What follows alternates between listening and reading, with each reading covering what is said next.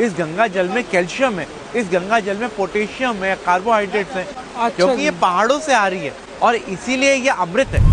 ये वीडियो देखने के बाद आपको समझ में आ रहा होगा कि एजुकेशन ज़रूरी क्यों है, स्कूल जाना ज़रूरी क्यों है।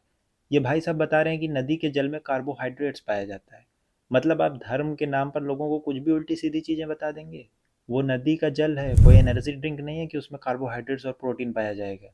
ये जो दूध है, जैसे हमारे लिए ज़रूरतमंद है, उसी प्रकार जो हमारे गंगा जी में रहने वाले जीव हैं उनके लिए ज़रूरतमंद। लोगों को ना एक मिला हुआ है कि हिंदू सनातन आर्य जो पद्धति है उसमें कुछ भी किसी पे भी चोट कर दो।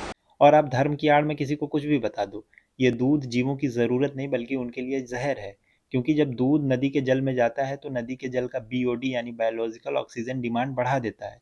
होता है क्या है कि जब नदी के जल में दूध तेल या खाद्य पदार्थ जाता है तो उसमें मौजूद बैक्टीरिया उसको डिकम्पोज करने के लिए नदी के जल का ऑक्सीजन यूज़ करती हैं। इससे क्या होता है, ऑक्सीजन की कमी हो जाती है और जीवों का दम घुटने लगता है। तो ये जीवों के लिए जहर है, जहर। ये माँ है, माँ से ज़्यादा पवित्र कौन हो सकता है। क्या बात। ये आदमी नदी को माँ बता रहा है और उसे ही प्रदूषित कर रहा है। कम से कम पहाड़ों पे तो नदी को साफ रहने दीजिए। नीचे आते आते हम उसमें ना जाने क्या क्या चीज़ें मिला के उसे इतनी प्रदूषित कर चुके हैं।